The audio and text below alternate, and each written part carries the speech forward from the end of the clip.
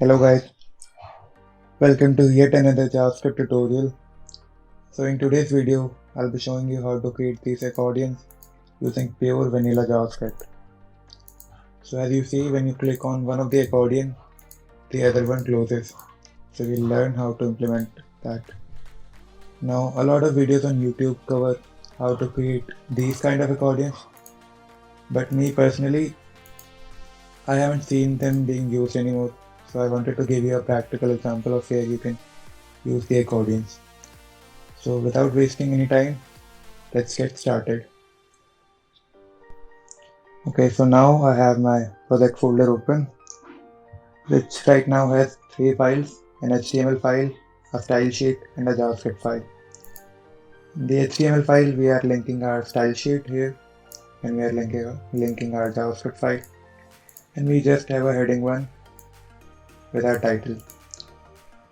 If we go to style sheet, I have some basic styling. Basically, I'm removing the default margin and padding, and then I'm storing my colors in three CSS variables, black, white, and yellow. And if I show you where we'll use this, so we'll have black in the background, white as our text color, and yellow just to highlight this part. And in our app.js, we just have a console log which says app is running. So now let's start coding without wasting any time. So the first thing I'll do in my HTML file is create a div with a class container. And inside this, I'll use a heading 1 for the title. Got some queries. Then I'll use the span tag and put my FAQs inside this because we want to highlight this if I show you the completed project, this part. So yeah.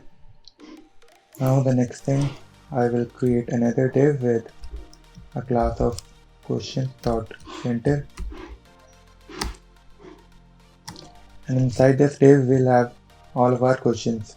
So let me put a comment, single question, and then another one to show where it ends, end of single question.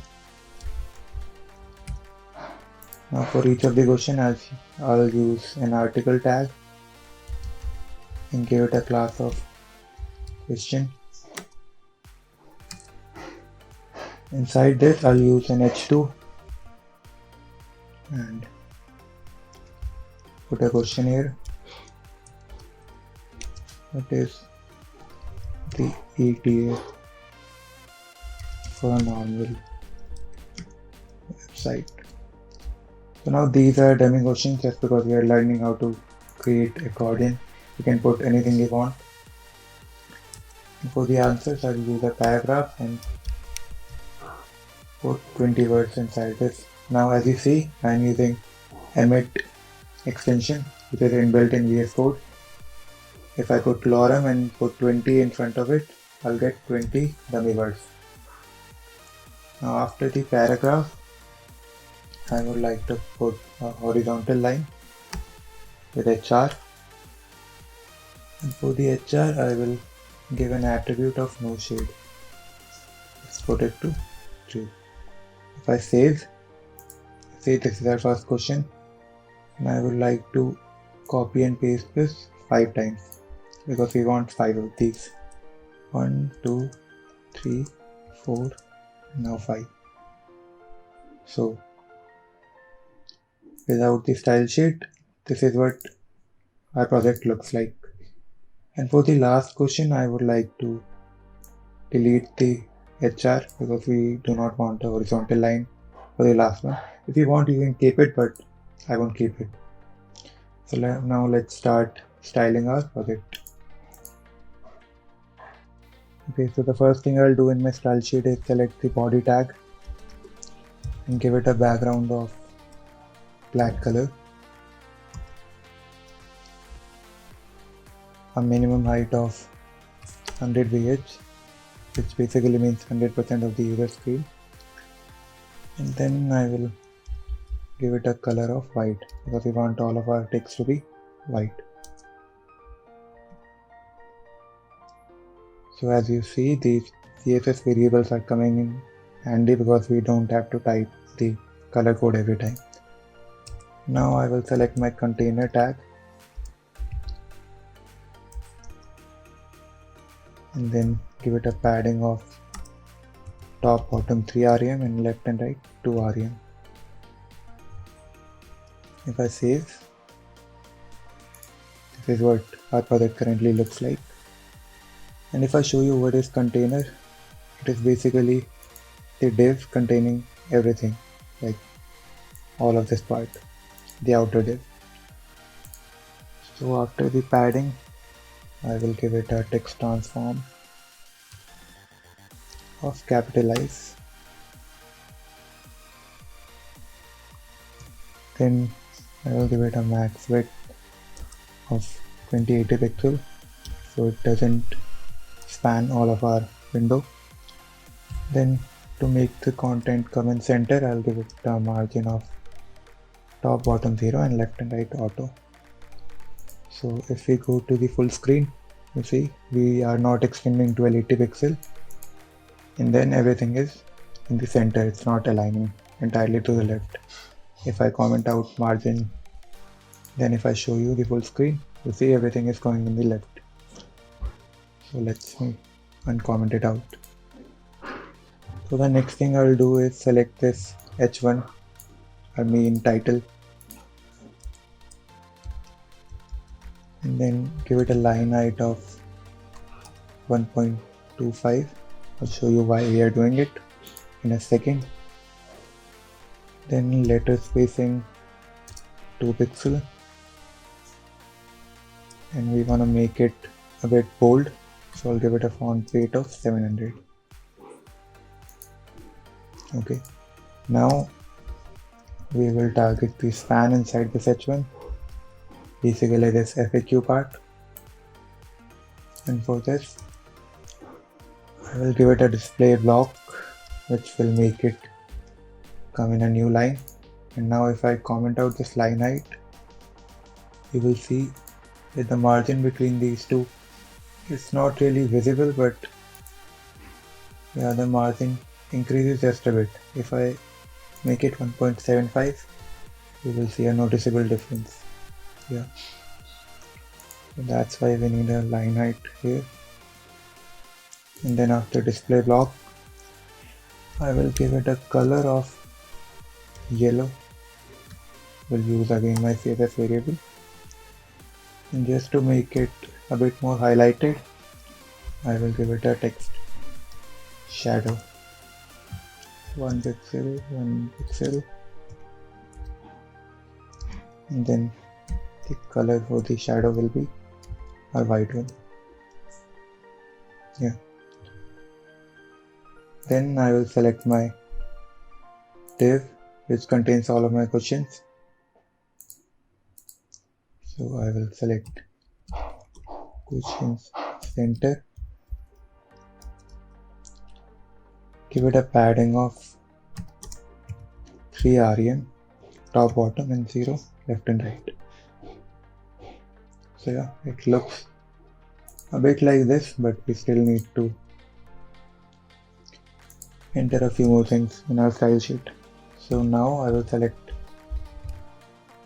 a single question, give them a margin of 1 rem top bottom, and cursor will be pointer. So what this does is when I move my cursor to the question, you will see it turns into a pointer. It basically makes the user know that this item is clickable. Now for the paragraph inside the question, we'll again give it a margin of 1 rem top bottom, line height again for the same reason will be 1.25, and now we will give it a display of none, but I will comment it out for now so you can see the other styling. If I save, You see, this is what it looks like. Pretty close to these ones, right? And then the last thing I will do is select my horizontal line, give it a margin, 2 rel, top bottom, background color of white, the height of 3 pixel. If I save, yeah. Let me just try the yellow color, how it looks. Yeah, I will go with the yellow one. Okay. So now how the functionality will work is I will hide the paragraph by default. See? Okay, so the white one is better. I will go with white only. Okay, so I will hide the paragraph by default by doing display none, and then I will create another class called showAnswer, and then target the paragraph, make it to display block. So right now by default our paragraph is hidden, but we will dynamically add this showAnswer class to our article here, and then we are targeting the paragraph inside the showAnswer class and giving it a property of display block. And we will do this part by JavaScript. So let me tell you again how it's going to work. By default we are not showing the paragraph because we have display none, but if I put this class showAnswer class inside, suppose the second article, let me do showAnswer, and if I save, you will see the second paragraph is visible because we are targeting the paragraph inside this class. So we are going to put this class using JavaScript. So let's do that. So now the first thing I will do is select all of my questions, store it in a variable document. I will use the query selector all because we have 5 of them, and use the class question to target them. If I show you what we get, I will console log it. And now if we see in the console, we will have 5 items, and each of those items is the article from the index.html. Let me go full screen first. So we have 5 items. You see, if I hover on the first one, it gives me the first question, second, third one gives me the third. So we have access to all these 5 questions at once. And now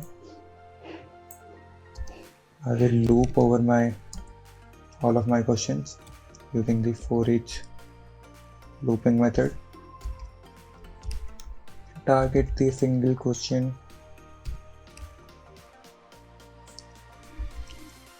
and for each of them, let's add an event listener.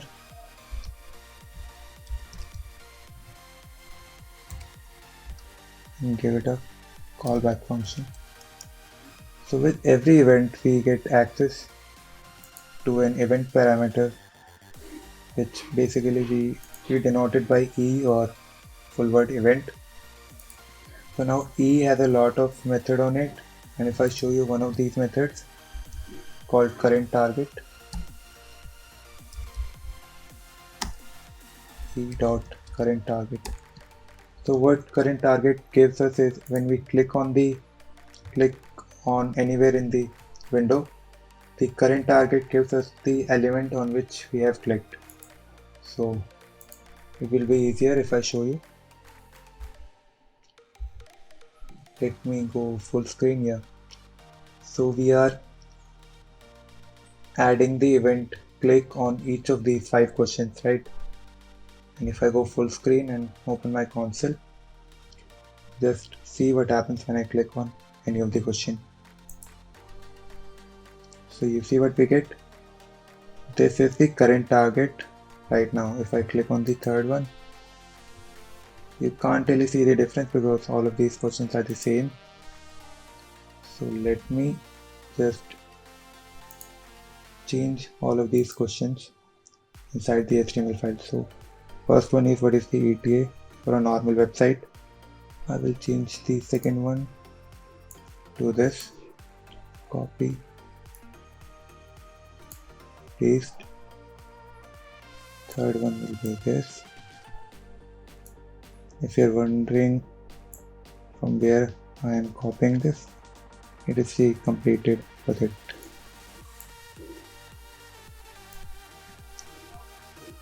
I won't change the answers because it doesn't matter much. We are just learning how to create a project, so the content doesn't matter much. So now if I go in the working project, okay, so we now have 5 different questions, and if I open the console and when I click on any of these questions, you see we get the question in the console. If I click on the first one, we get the first. So this is happening because of the method called current target. The current target property basically gives us the question on which we have clicked.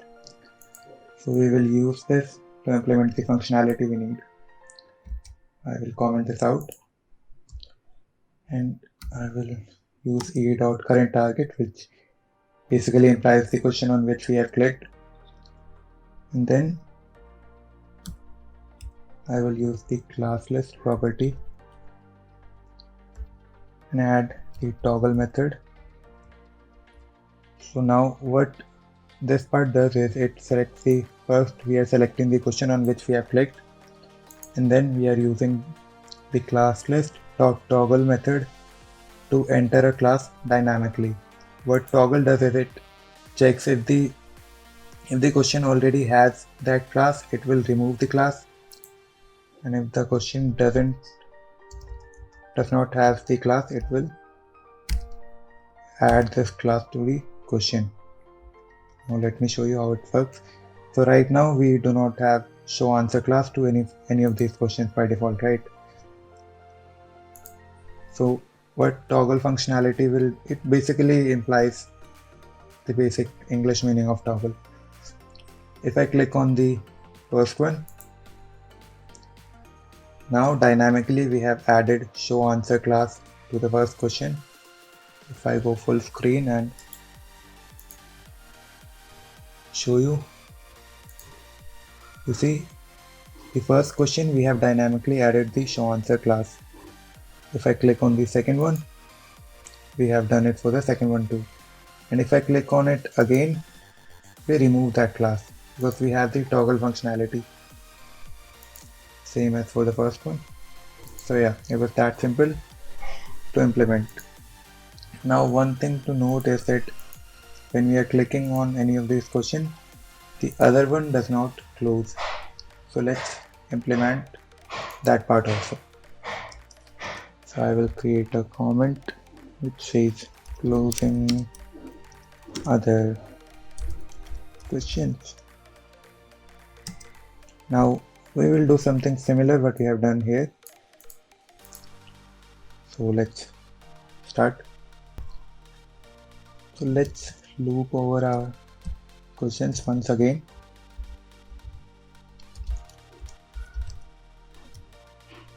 And what we are going to do here is check for any of the question if it is not equal to the current target one, we will remove the show answer class from it. And let me just code it, then I will explain how it works. Remove the show answer class.